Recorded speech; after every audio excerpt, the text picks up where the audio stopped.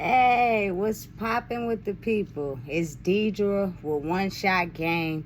You got one shot at life, but you can soak up all the game and life. So this video is to let the people know that dreams do come true. I promise you. If you invest in your dreams and manifest them and keep going and never give up, they indeed will happen. And I didn't know that until I went through my experience. So, here's a little background on me and that dreams do come true. So, my name is Deidre. I'm from Sacramento, California. I'm 34 years old, in case y'all didn't know. And of course, I went to prison in the year of 2017 in March. That year was crazy because I think everybody went to prison around that time. Like, everybody had to go sit it down for a while because we was wilding out. And it's crazy because the world is just more off the chain now.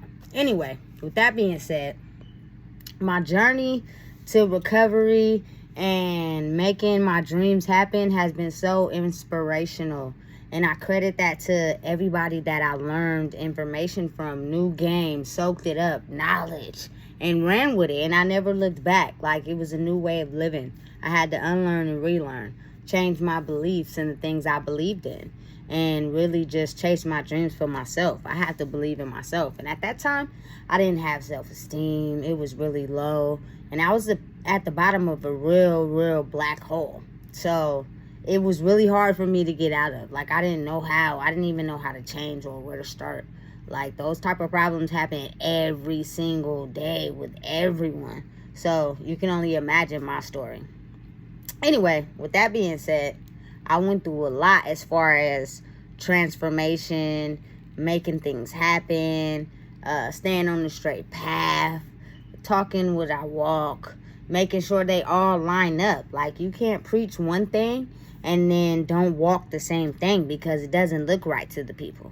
And you ain't even doing it for the people, just really for yourself, first and foremost. But I'm saying, you have to know how to social interact and hear people's stories and, walk the field that I'm in. Like, I love to hear people's stories because it's real. It's not fake, it's not scripted, and it's real. You can't go wrong with that. It's true. And everybody likes a true story. So with that being said, man, my transformation was glorious. Before March 21st of 2017, I was off the chain. I was going crazy. Smoking weed every single day. I'm talking to mass pain and hurt and trauma and all the things I've been through. Like, I was really a hurt, broken soul. I felt like I was on this earth just to live and to die. Like, that was all I felt like I was here for. Nothing else. Like, I felt like I had no one to turn to, no one to help me.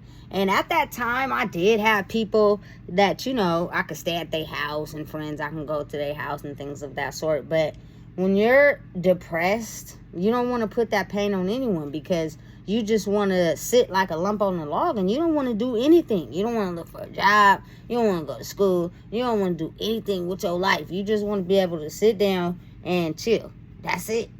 And sometimes a lot of times, people have a huge problem with that type of thing. So you can't go around doing that. So anyway, I spent maybe about 3 months at the El Dorado County Jail in El Dorado Hills. And I'm from Sacramento. So yeah, you can only imagine that I probably was like maybe the second of 3 black people that came in the prison. Other than that, the whole population really was white people. No disrespect, no offense to anyone. And so the circumstances of me being there were a little different and a little weird, should I say. And what I mean by weird is different. It was something I couldn't understand. But the food was smacking. Like, the food was really good, in case y'all don't know what that is. The food was bomb. Really bomb. Like, I ate good in there. So I stayed there for about 3 months. And I got sentenced June 6th of 2017. So June 23rd of 2017, a couple days before my 29th birthday, I was on a van on my way to Central California, to Chowchilla. And this was my intake photo. This was my intake photo. In case y'all can't see it.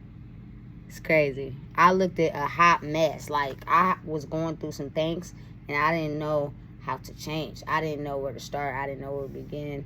And I got there, and I was, like, real hesitant. I'm the type of person, like, I don't really socialize with people when I first meet them. Like, I have to really get to know you and figure out who you are. Like, figure out how you move. And you're going to show me that, like, within the first, maybe couple minutes, couple hours, even a day of us hanging out. I could sense that, because what you may do with me when I'm not watching, you may be somebody else. And that person that you're with somebody else may be the real you. And I'm the type of person, I need to figure that out first before I decide to be friends with you or anything like that. So anyway, it was a weird environment. You stepped on A Yard in all orange. It was a Friday, so clothing was closed. So I had to wear clothes that were too big for me, and I looked like a really bright orange, right? Because people were giving me clothes. But before that, I had on a muumuu, like the kind you get from the hospital. Yeah, a muumuu the whole entire weekend, and it was really hot in Chowchilla. Really, really, really hot. So you can only imagine. And when you're in a muumuu, everybody know you're new, so they want to know where you're from. Of course, you know, I had to rep from, I'm from Sacramento, for real. So, of course, you know how that go. And then you get an intake, and you sit in there for a while, and then they put you in a dorm. And you stay there for about 3 months. So you in there with 8 females for about 3 months. And that's when you really get to see, like, who's who and what's what. You know? And it's crazy because they have you walk in a straight line to the chow hall. In case y'all don't know, that's where you go eat. And you have a certain amount of time to eat. And then you got to hurry up and leave, which is crazy because everybody in there trading food. You know what I'm saying? So they had a lot of sunny side up eggs. I don't like those kind. So I would trade them for, like, sausages. They had Grand Slams. I got real big while I was in prison because I wasn't doing no substances at all. And I was really eating for real. Like, if you don't got no commissary or people putting money on your books, you got to eat what you got. So that's all I had. So I had to eat what I had, and it was pretty good. You're going to eat what you have if that's all you got. And that's what I did, because I'm not about to talk to people and put myself in some mess I don't know how to get out of. So I didn't even do that. If we chilling, we chilling. Anyway, with that being said, so I spent about 3 years in prison, but I got switched around a lot. So I started at Chowchilla. I spent about maybe 3 months there. And then I went to CIW, which is in Chino, California, which is close to LA. Man, let me tell you, the bus ride there from Chowchilla to CIW was horrible. You're in a muumuu and your feet is shackled and your wrist is shackled, and you on this bus riding all the way to LA from Central California. It's a long bus ride, a very long bus ride, and you got to sit like that the whole entire time. And your feet be falling asleep, and you better hope your person sitting next to you is cool so you can lay your head on their shoulder so you can go to sleep. Otherwise, your head gonna be falling. It was crazy. Like, I never experienced that before. Like, it was a huge experience for me. Like, it really made me soak in what I needed to soak in to become the person that I am today. So with that being said, we get all the way to CIW. I stayed there for about 3 months. And I'm working in the kitchen at the time. And so they came with these tablets where you could put music on. And this is one I got. This is a tablet. And this is the back. Of course, you know, I got to rep Mozzie because I'm from Sacramento. And my baby. And this is my little tablet with all my music on it.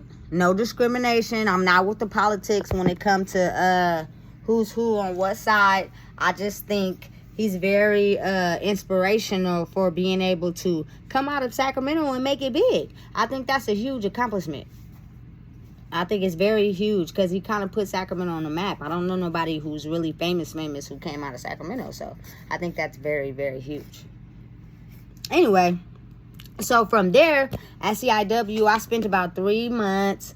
And then I went to McFarland, which is close to Fresno. And that was a transitional reentry facility. So basically, we had cable in there. It was a dorm setting, of course, as where Chowchilla is 8 females in a room. and you have a shower and the toilet in there.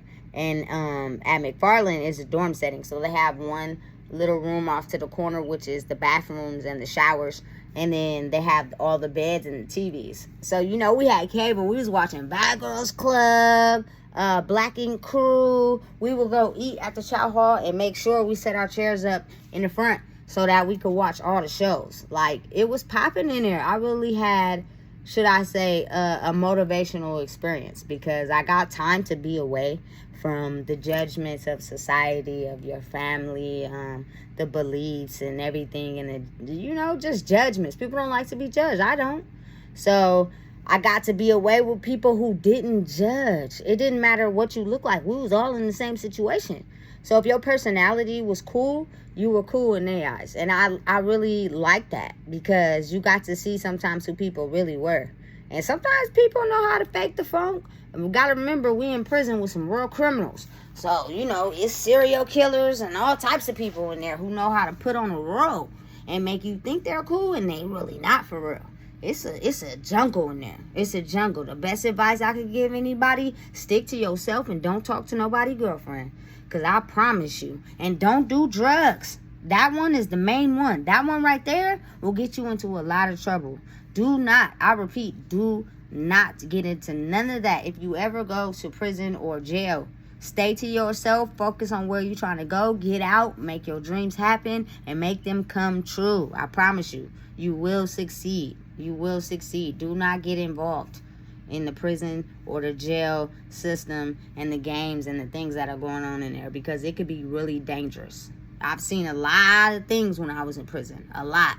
But I'll stick to myself, and these eyeballs will act like it never seen it.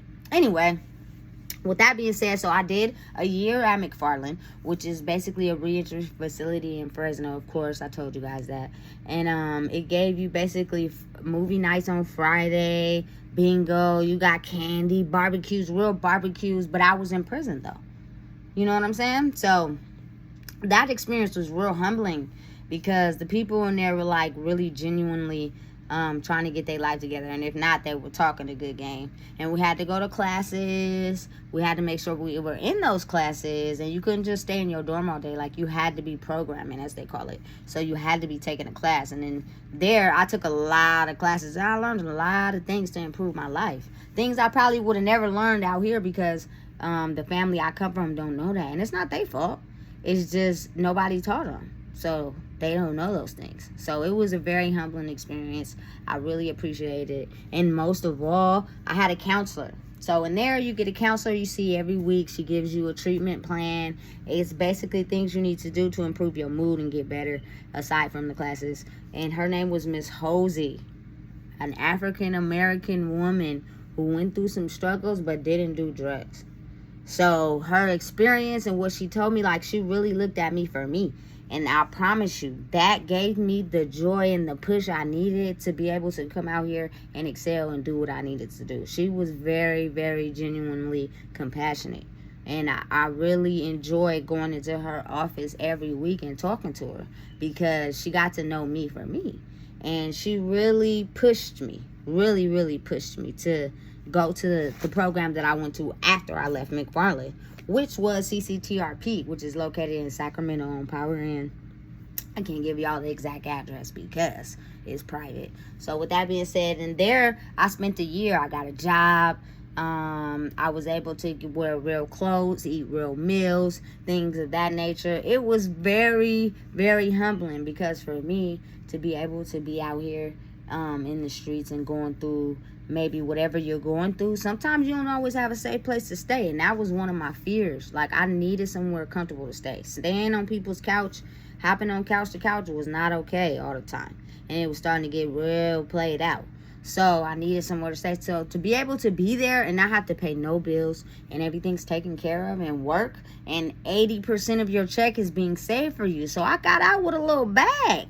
I was happy about that. Very, very happy about that. But like, my whole perception, my whole mind changed. I got completely sober, and I've been sober ever since. And I'll tell you right now, it is the best and joyful experience I've ever experienced in my life. I have my own apartment. I got my own car. I got my baby. I got a good job. I'm engaged. And it's all beautiful. Your life can change. I promise you. If you don't believe me, just believe. Manifest what you want. Ask God. Tell him you need this change.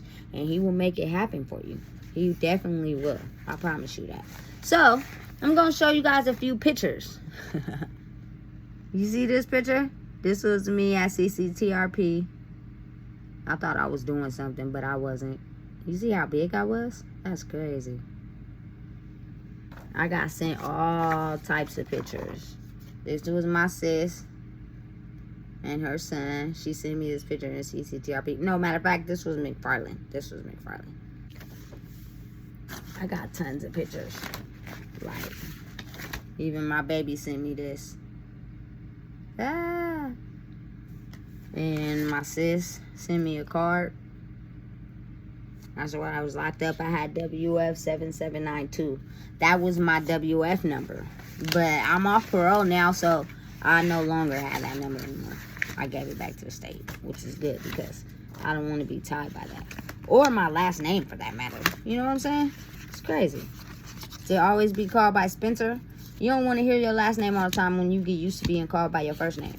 So now you're getting called by your last name, and it'd be like, oh, man. But you know it's you, though, which is crazy. It's crazy. It's something else. Something else. So, yeah, that, all these pictures I had, all these letters. I have tons of letters. They gave me a card when I first got there on A-Yard. And the room I was in, I had just turned 29 a couple days after that. And they drew me this card. They were actually pretty cool. Pretty cool people. All in there for the first time. I swear it was maybe a conspiracy theory or something. Because I don't look like I went to prison. You wouldn't know until I tell you, which is crazy, right? Yeah, I know. So this is what they wrote, which is pretty cool. Like, a lot of them are good at picking personalities in there. So they know right off the bat if it's really you or not. So in the letter or the card, they like, yeah, it's really you, you're genuine, da da da, which is a good experience. Because I really am, though, like, for real. I really am. So it's like a humbling experience. So anyway, look at this paper. You see this? A violent felon at the top. Crazy, huh? Yeah. It's crazy. And then when they tell you how many days you get for each charge, and it be like 1,000-something 46 days. Like, I had 3 years in prison, but they put it like 1,026 days. You see it? Right. It's circled. And that, it seems like that's hecka far away. But with the proposition that had came into view, I was able to get off a lot earlier. I wasn't supposed to even come home until June of 2020. I got out June 1st of 2020. So I was able to start the new year fresh. I got out on New Year's Day. So that was a very humbling experience. Like, God really works in mysterious ways. So I got to experience a lot and see a lot, and I couldn't understand a lot of the things that I was seeing. But sometimes you just have to roll with the punches, because that's all you're going to be able to get. So it was an experience I think nobody ever could go through. Like, you can't tell me nothing if you never been through it. You can't. There's nothing you could tell me if you never been there, if you never slept on them bunks, if you never ate them meals, if you never took them showers. You can't tell me nothing at all about nothing. Because I feel like you have to walk that journey to be able to know what it's about. So if you haven't experienced it, you can't tell me nothing. Anyway, this is another card I got from McFarland. You see it? And this is what the people wrote in there. They called me grandma because I used to read a lot. Like, that's how I kept to myself and didn't bother nobody. I would read all the time. Like, I really enjoyed reading. But my life was so chaotic before I went to prison that reading was the last thing on my mind. That's not something I was really ready to do. Or even sit down and think about doing. I was focused on some way other stuff. Just trying to survive and get through the day, which is crazy because that's not a good way to live. So my birthday is next month, right? And with that being said, I just want to let everybody know, like, you can change. You can change. Don't let nobody tell you you can't change. It doesn't matter how old you are, what time of the day. It doesn't matter about none of that. Any day you feel like you want to change, you can change. And if you're not ready to change, it doesn't matter what nobody say. You're not going to change. You're going to stay the same. And the only thing it's going to do with people telling you you should change is annoy you. Why? Because you're not ready. You have to be ready. You have to be ready. I promise you. You have to be ready. That means you have to be ready to learn new things. If you're not open to learning a different way, you ain't going to learn nothing. And you ain't going to get better. You're going to stay the same. And if I stayed the same like I was before I went to prison, I'd not be the person that I am today. I promise you I wouldn't. I wouldn't have none of the things that I have. And I would just be miserable and worse off. And the crazy part is I have a child. I have a little girl. She's 10 years old. And what good would I would have did her by continually to downward spiral? She would have been worse off as an adult. And if you don't believe that's true, y'all need to check y'all facts. Because it's facts. It's facts. Most of the parents in the world pass down their hurt and pain and pass it down to their kids, and then they wonder why their kids is the way they are, because you didn't pass that down and you didn't show them nothing different. So they don't know nothing different, and because they don't know nothing different, how you expect them to change? They not. And it's facts, and it's the truth. Don't nobody want to hear the truth though. Here go another picture of me. What? Very humbling experience. I really got a chance to know who Deidre was. Like, and I'm not saying, because everybody ain't going to get a chance to go there, and I don't wish that on nobody. Here go another picture. I thought I was doing something. I don't wish it on nobody. I promise you I don't. Like, I don't wish nobody to go there. But sometimes, I don't care what you got to do. Self-care is important. It is extremely important. And however you got to do it, do it. Get you some self-care. I don't care how you got to do it. Go by the river. Go to the park. However, self-care. Because at that point, that gives you time to reflect and figure out what you want to do with your life decisions. Because if you don't ever get that time, you won't be able to make those choices because you don't know what you're doing. You know? It's crazy, but it's real. Here go another picture. 4th of July of 2019. What? We all had to wear ankle monitors. This was at the program in Sacramento.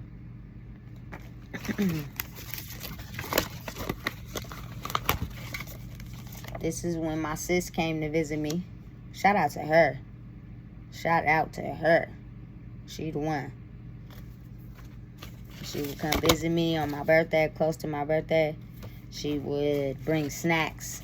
Any type of snacks I asked for, she would bring them. Like, she was the real MVP, for real. Because for somebody to go and do that, it takes a lot of willpower and really dedication, because people do not write or send pictures or answer their phone or put money on their phone while you are locked up. A lot of people are not going to be around when you go down. Let me say that again. A lot of people are not going to be down when you go down. Or should I say, a lot of people will not be around when you go down. You know what I mean? Anyway, it's crazy, but it's real. And I don't wish that experience on no one, because you are really isolated and you really have time to figure out who you are, because it is real killers, it is real murderers, it is real sex offenders, it is real everything in there. And if you don't stick to yourself and you get involved with the wrong people, you are going down. And I don't think nobody wants to go down, because that ain't cool. And you get in trouble in there, you get 115s, which is write-ups. They keep tally of them. And when you get ready to go to programs and you get in front of committee, they let you know, oh, you got in trouble for this, this, and this. You might not be able to go to the program right now.